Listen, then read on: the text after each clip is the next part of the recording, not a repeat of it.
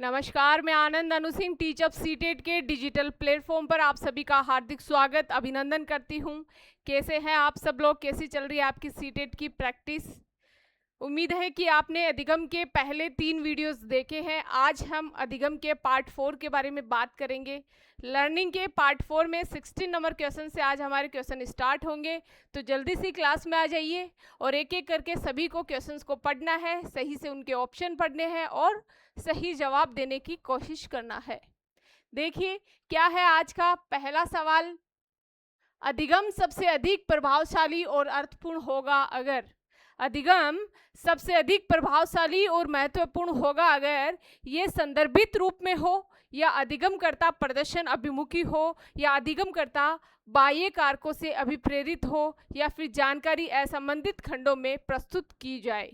कब अधिगम सबसे ज़्यादा अर्थपूर्ण होगा, प्रभावशाली होगा, इसके बारे में आपको बताना है। तो बताइए कैसी स्थिति में सबसे ज़्यादा महत्वपूर्ण होगा, अर्थपूर्ण होगा, प्रभावशाली होगा। तो ये अगर संदर्भित रूप में आपको दिया हुआ है तो ये सबसे ज़्यादा प्रभावशाली होगा। नेक्स्ट क्वेश्चन आपका है, अधिगम के संदर्भ में निम्नलिखित में से कौन सा कथन सही है? Which of the following is correct in context of learning? Student learn best way they participate in culturally irrelevant activities. अधिगम के संदर्भ में आपको सही कथन के बारे में बताना है। छात्र सबसे अच्छा तब सीखते हैं जब वे सांस्कृतिक रूप से अप्रासंगिक गतिविधियों में भाग लेते हैं। जब वह अप्रासंगिक गतिविधियों में भाग लेते हैं सांस्कृतिक रूप से। क्या ये सही है? सार्थक गतिविधियों में भाग लेने पर छात्र सबसे अच्छा सीखते हैं, या छात्र सबसे कम तब सीखते हैं जब वे सांस्कृतिक रूप से प्रासंगिक गतिविधियों में भाग लेते हैं, या विद्यार्थी सबसे कम सीखते हैं जब वे सार्थक गतिविधियों में भाग लेते हैं। इनमें से आपको अधिगम के संदर्भ में सही कथन बताना है। तो अधिगम के संदर्भ में सही कथन कौन सा है? सार्थक गतिविधियों में भाग लेने पर छात्र सबसे अच्छा सीखते हैं। कैसी गतिविधियों में? सार्थक गतिविधियों में भाग लेने पर क्या करते हैं? छात्र सबसे अच्छा सीखते हैं। नेक्स्ट हमारा क्वेश्चन है, B is right answer. 18 number question है, छात्रों के समस्या समाधान कौशल को बढ़ाने के लिए निम्नलिखित में से कौन सी एक अच्छी रणनीति है? छात्रों के समस्या समाधान कौशल को बढ़ाने के लिए निम्नलिखित में से कौन सी एक अच्छी रणनीति है? ऐसी परिस्थितियां बनाएं जिनमें ज्ञान के अनुप्रयोग की मांग हो, या रटने याद करने के लिए तथ्यों की एक सूची हो, या छात्रों को बोर्ड द्वारा या बोर्ड पर लिखी जानकारी की नकल कराने के निर्देश दे, या परीक्षा में अच्छे अंक प्राप्त करने के लिए विषय वस्तु पढ़ाए। क्या करना चाहिए बताइए? छात्रों के समस्या समाधान कौशल को बढ़ाने के लिए निम्नलिखित में से कौन सी एक अच्छी रणनीति पूछी है? कैसी रणनीति पूछी है? अच्छी रणनीति पूछी है, तो कौन सी है? ऐसी परिस्थितियां बनाए जहां ज्ञान के अनुप्रयोग की मांग हो, या रटने याद करने के लिए तथ्यों की एक सूची दे।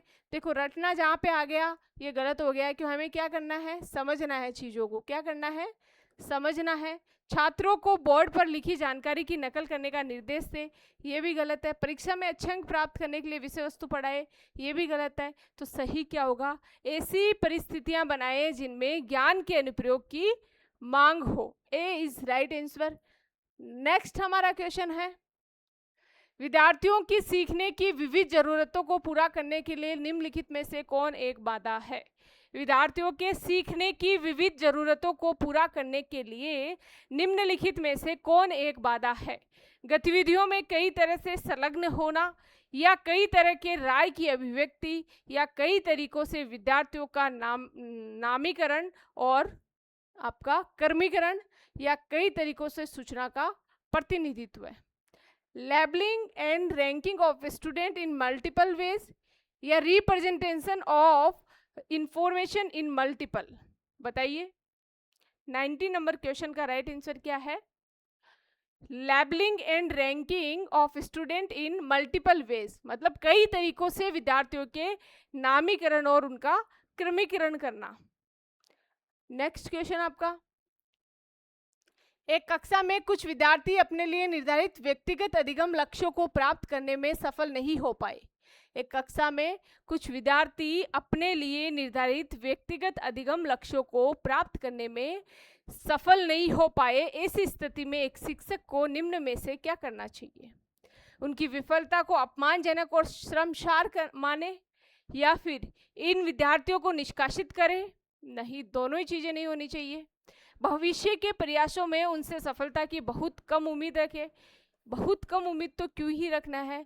विफलता को सीखने की विकासात्मक प्रक्रिया के एक भाग के रूप में देखें। विफलता को क्या करें? सीखने की विकासात्मक प्रक्रिया के भाग के रूप में देखें। D is right answer. Next हमारा क्वेश्चन है, अनीता केक बनाने की प्रक्रिया को समझने के लिए एक YouTube वीडियो को देखती है और फिर बिल्कुल उसी तरह चरण अपनाकर एक केक बनाती है। इस तरह के सीखने की प्रक्रिया को हम क्या कहेंगे? आप भी तो करते हैं ऐसा। जब आपको कोई खाने पीने की चीज़ बनानी रहती है तो आप YouTube पे जाते हैं, सर्च करते हैं, वो रेसिपी सर्च करते हैं, उसके स्टेप देखते हैं कैसे कैसे ये बनेगी और फिर आप उसको बना लेते हैं। तो इस पूरी प्रोसेस को क्या कहा जाता है? क्या इसको क्लासिकल कंडीशनिंग कहा जाता है, या ऑब्जर्वेशनल लर्निंग कहा जाता है, या इंसाइटफुल लर्निंग कहा जाता है, या ऑपरेंट कंडीशनिंग कहा जाता है? क्या कहा जाता है इसको? 21 नंबर क्वेश्चन में राइट आंसर आपका क्या होगा? तो इसको हम ऑब्जर्वेशनल लर्निंग कहते हैं। अवलोकन अधिगम, देख के सीखना। ऑब्जर्व करते हो आप कि उसने कैसे किया है, कैसे बनाया है, पहले कौन सी चीज़ें डाली है, उन चीज़ों को आपने ऑब्जर्व किया और फिर अपने ऊपर अप्लाई किया उस चीज़ों को। नेक्स्ट क्वेश्चन आपका एसर्शन और रीजन का दिया हुआ है। क्वेश्चन को पढ़िए। अभिकथन आपको दिया है कि अर्थपूर्ण अधिगम के लिए जरूरी है कि बच्चे समझे कि उन्हें प्यार व सम्मान दिया जा रहा है। अर्थपूर्ण अधिगम के लिए जरूरी है कि बच्चे समझे कि उन्हें प्यार व सम्मान दिया जा रहा है। तर्क बताया है कि अधिगम में संवेग एक बहुत महत्वपूर्ण भूमिका निभाते हैं। क्या करते हैं? अधिगम में संवेग एक बहुत महत्वपूर्ण भूमिका निभाते हैं। क्या ये दोनों बातें सही है? बिल्कुल, ये दोनों बातें सही है और आर ए की व्याख्या भी करता है। नेक्स्ट क्वेश्चन हमारा 23 नंबर क्वेश्चन, निम्नलिखित कथन क्या दर्शाता है? फूल और सब्जी बेचने वालों के बच्चे अपने साथियों की तुलना में संख्याओं का योग करना जल्दी सीखते हैं। ये कथन क्या दर्शाएगा कि फल और सब्जी बेचने वालों के बच्चे अपने साथियों की तुलना में संख्याओं का योग करना जल्दी सीखना सामाजिक सांस्कृतिक संदर्भ में होता है। सीखना स्कूल के बाहर नहीं हो सकता है। पाठ्यचर्या असंदर्भित होनी चाहिए या पाठ्यचर्या केंद्रीकृत होनी चाहिए। ये तीनों आपके गलत है। पहला आंसर आपका सही है।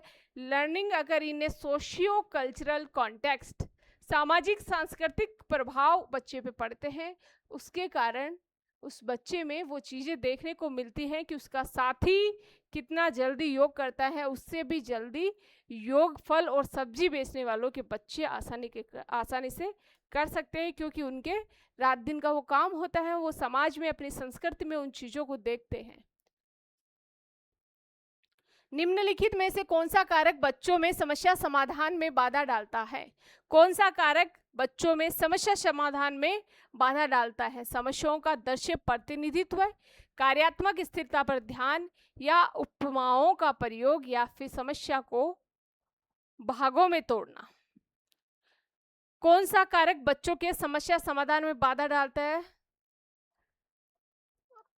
बताइए।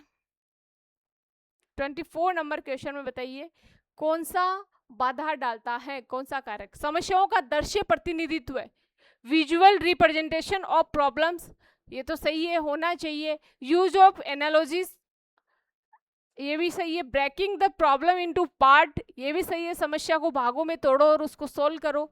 फोकस ऑन फंक्शनल फिक्स्डनेस, कार्यात्मक स्थिरता पर ध्यान। कार्यात्मक स्थिरता पर ध्यान ये क्या करता है? समस्या समाधान में बाधा उत्पन्न करता है। कार्यात्मक स्थिरता पर ध्यान, तो B is right answer. Next हमारा क्वेश्चन 25 नंबर क्वेश्चन है, निम्नलिखित में से कौन सी रणनीति बच्चों को सार्थक रूप से सीखने के लिए प्रेरित करने में सहायक नहीं होगी? Which of the following strategies would not be helpful in motivating children for learning meaningfully?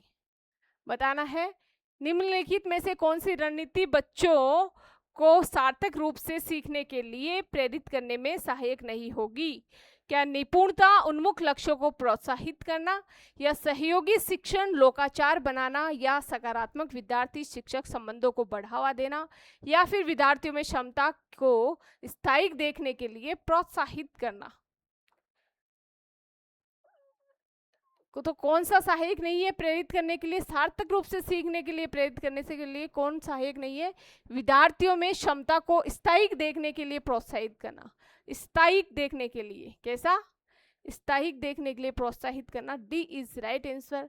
Next हमारा क्वेश्चन है, सीखना प्रभावी और प्रासंगिक हो जाता है जब, सीखना प्रभावी और प्रासंगिक हो जाता है जब नई विषय वस्तु पिछले ज्ञान से संबंधित ना की जाए, या फिर विद्यार्थियों द्वारा निष्क्रिय नकल कई बार दोहराई जाती है, या विद्यार्थी अर्थ निर्माण की प्रक्रिया में सक्रिय रूप से शामिल होते हैं, या फिर विद्यार्थियों की प्रतिक्रियाएं कुछ उत्तेजनाओं के उपयोग करके अनुबंधित की जाती हैं। बताइए कब प्रासंगिक हो जाता है? सीखना प्रभावी और प्रासंगिक कब हो जाता है? 26 नंबर क्वेश्चन में बताइए। 26 नंबर क्वेश्चन में विद्यार्थी अर्थ निर्माण की प्रक्रिया में सक्रिय रूप से शामिल होते हैं तो फिर प्रभावी और प्रासंगिक हो जाता है क्या? Learning. C is right answer. Student are actively involve in process of meaning making. Next assertion reason का क्वेश्चन दिया है आपको। शिक्षिका को बच्चे को व्यक्तिगत रूप से काम करने के लिए प्रोत्साहित करना चाहिए, वह सहयोग करने से हतोत्साहित करना चाहिए। शिक्षिका को बच्चे को व्यक्तिगत रूप से कार्य करने के लिए प्रोत्साहित करना चाहिए और सहायता करने, सहयोग करने के लिए हतोत्साहित करना चाहिए। कारण बताएं कि विभिन्न विद्यार्थियों वाली कक्षा में सहयोग एक अत्यधिक अप्रभावी रणनीति है। विभिन्न विद्यार्थियों वाली कक्षा में सहयोग एक अत्यधिक अप्रभावी रणनीति है। तो क्या ये दोनों बातें सही है या ये दोनों ही बातें गलत है? देखो, व्यक्तिगत रूप से काम करने के लिए प्रोत्साहित करना चाहिए कक्षा में? बिल्कुल भी नहीं। अगर आप क्लास में पढ़ा रहे हो तो सामूहिक रूप से काम करने के लिए प्रोत्साहित करना चाहिए और सहयोग करने के लिए हतोत्साहित नहीं, प्रोत्साहित करना चाहिए, उत्साहित करना चाहिए। विविध शिक्षार्थियों वाली कक्षा में सहयोग एक अत्यधिक अप्रभावी रणनीति नहीं है, ये एक क्या है? प्रभावी रणनीति है। इसमें ये दोनों ही बातें आपकी गलत कही गई है। ए और आर दोनों आपके गलत है यहाँ पे।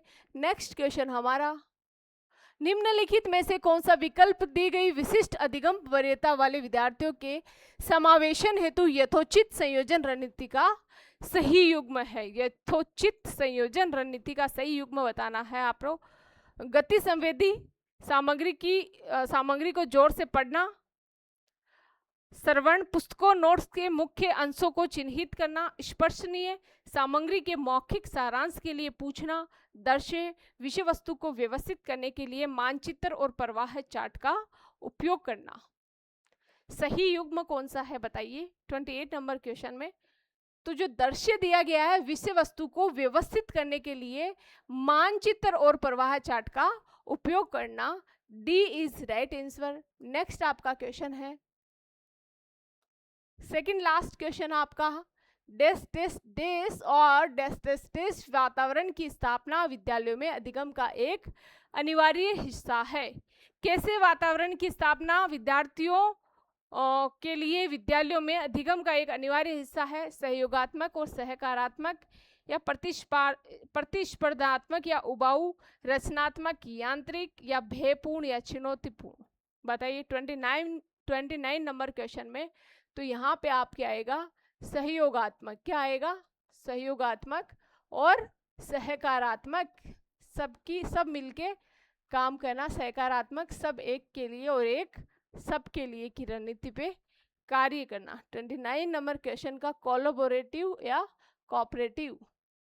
Next question and last question assertion और रीजन का। अभिकथन दिया है कि किसी नए संप्रदाय का शिक्षण शुरू करने से पहले एक शिक्षिका को पूर्वापेक्षित ज्ञान की समीक्षा कर लेनी चाहिए। ये विद्यार्थियों को नए संप्रदाय को समझने के लिए आवश्यक जानकारी को ध्यान में लाने में मदद करेगा। कारण बताया है कि शारीरिक दंड का अभ्यास शिक्षार्थियों के अवांछनीय व्यवहार को सुधारने की रणनीति के रूप में नहीं किया जाना चाहिए। क्या ये दोनों बातें सही है, या फिर एक सही है एक गलत है, या फिर दोनों ही गलत है? इसमें आपका ए और आर दोनों सही तो है, लेकिन आर सही व्याख्या नहीं करता है किसकी, ए की सही व्याख्या नहीं करता है। ये है आज के हमारे 15 क्वेश्चंस। हमने जल्दी जल्दी लगभग 15 to 16 मिनट्स में इनको कवर करने की कोशिश की है। आगे भी हम 15 मिनट में 15 क्वेश्चंस करने की कोशिश करेंगे। आप सभी कंटिन्यू क्लासेज को देखिए और अपने जवाब कमेंट बॉक्स में छोड़िए। हम जल्द ही नया टॉपिक शुरू करने वाले हैं। आपके लर्निंग के कुछ क्वेश्चंस बाकी बचे हैं, 15 से 20 क्वेश्चंस आपके बचे हैं जिनको कवर करेंगे। उसके बाद में हम चलेंगे नए टॉपिक की ओर। जब तक के लिए जय हिंद, जय Bharat. Thank you so much.